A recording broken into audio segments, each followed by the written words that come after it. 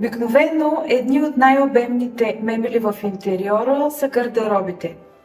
Те винаги трябва да са максимално големи, за да събират много вещи, но често след като се поставят, пространството се смалява значително, а това действа потискащо. Сега ще споделя няколко трика как може гардеробът да бъде достатъчно голям, за да събира много вещи, но да не отнема от простора на помещението. Най-добрата опция е да има отделно помещение, предвидено за гардеробна. Така всички останали пространства ще са олекотени и ще се усещат целият им обем.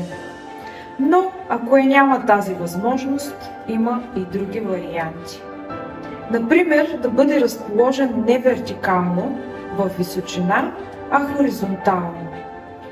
По този начин на нивото на очите няма обемни мебели и усещането за простор се засилва.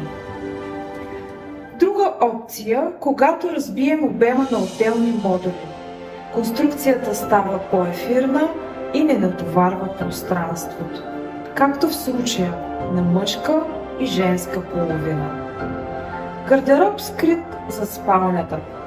Ако целият обем на тази мебел поместим зад леглото, останалата част от помещението остава напълно свободна. Магията на огледалата. Можем да облечем гардероба с огледало от всички страни, така той се изгубва в пространството, защото отразява всичко наоколо. А в случая осветлението отдолу и отгоре го прави още по-въздушено. Добре е в дома да има достатъчно място за съхранение, но да не бъде за сметка на простора.